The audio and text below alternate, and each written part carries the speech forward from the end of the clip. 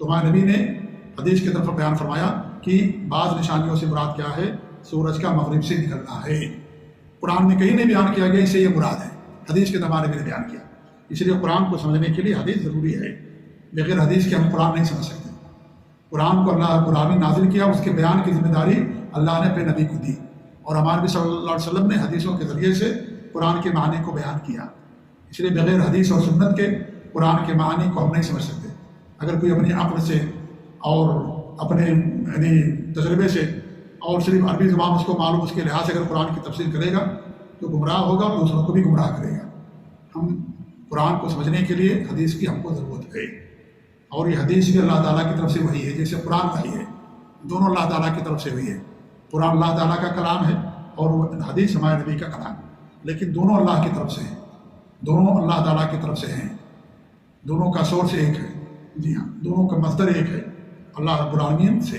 معانی حدیثوں کے اللہ کی طرف سے ہیں، الفاظ ہمارے نبی کی طرف سے، قرآن کے الفاظ بھی اللہ تعالیٰ کی طرف سے ہیں۔ تو اس طریقے سے یہ فرق ہے، ورنہ دونوں وحی ہے، دونوں اللہ رب العالمین کی طرف سے ہے۔ وما ينطق عن الهوى إن هو إلا وحي يوحى، کیا اپنی طرف سے کچھ نہیں کہتے، وہی کہتے ہیں جو اللہ رب العالمین کی طرف سے وحی ہوتی ہے۔ تو وحی کی دو قسمیں ہیں، ایک قرآن جس کی ہم تلاوت کرتے ہیں، اور ایک حدیث جس کی ہم تجوید کے ساتھ تلاوت نہیں کرتے، لیکن اس کو بھی ہم پڑھتے ہیں، جیسے نماز میں دعائیں پڑھتے ہیں، یہ سب اللہ کے رسول کی حدیثیں ہیں، جو بھی اذکار ہیں ہمارے نبی کی حدیثیں ہیں، سب یہ حدیث کہتے ہیں نبی کے کلام کو، نبی کے فرمان کو۔ تو جو دعائیں ذکر و اذکار پڑھتے ہیں صبح و شام یا نماز میں، رکوع میں، سجدے میں، تحیات، درود شریف، یہ سب ہمارے نبی کے الفاظ ہیں، ہمارے نبی نے سب بیان فرمایا، نبی کا کلام ہے یہ۔ تو جیسے سورہ فاتحہ دیگر صورتیں قرآن میں پڑھتے ہیں، ایسے نماز کے اندر نبی کی حدیثیں بھی پڑھی جاتی ہیں۔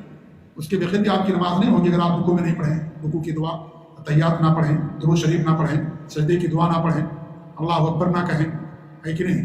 اس طریقے کے سمی اللہ لمن حمدہ، تو یہ ساری چیزیں نبی کی طرف سے ہیں، لیکن یہ بھی نماز کے اندر پڑھی جاتی ہیں۔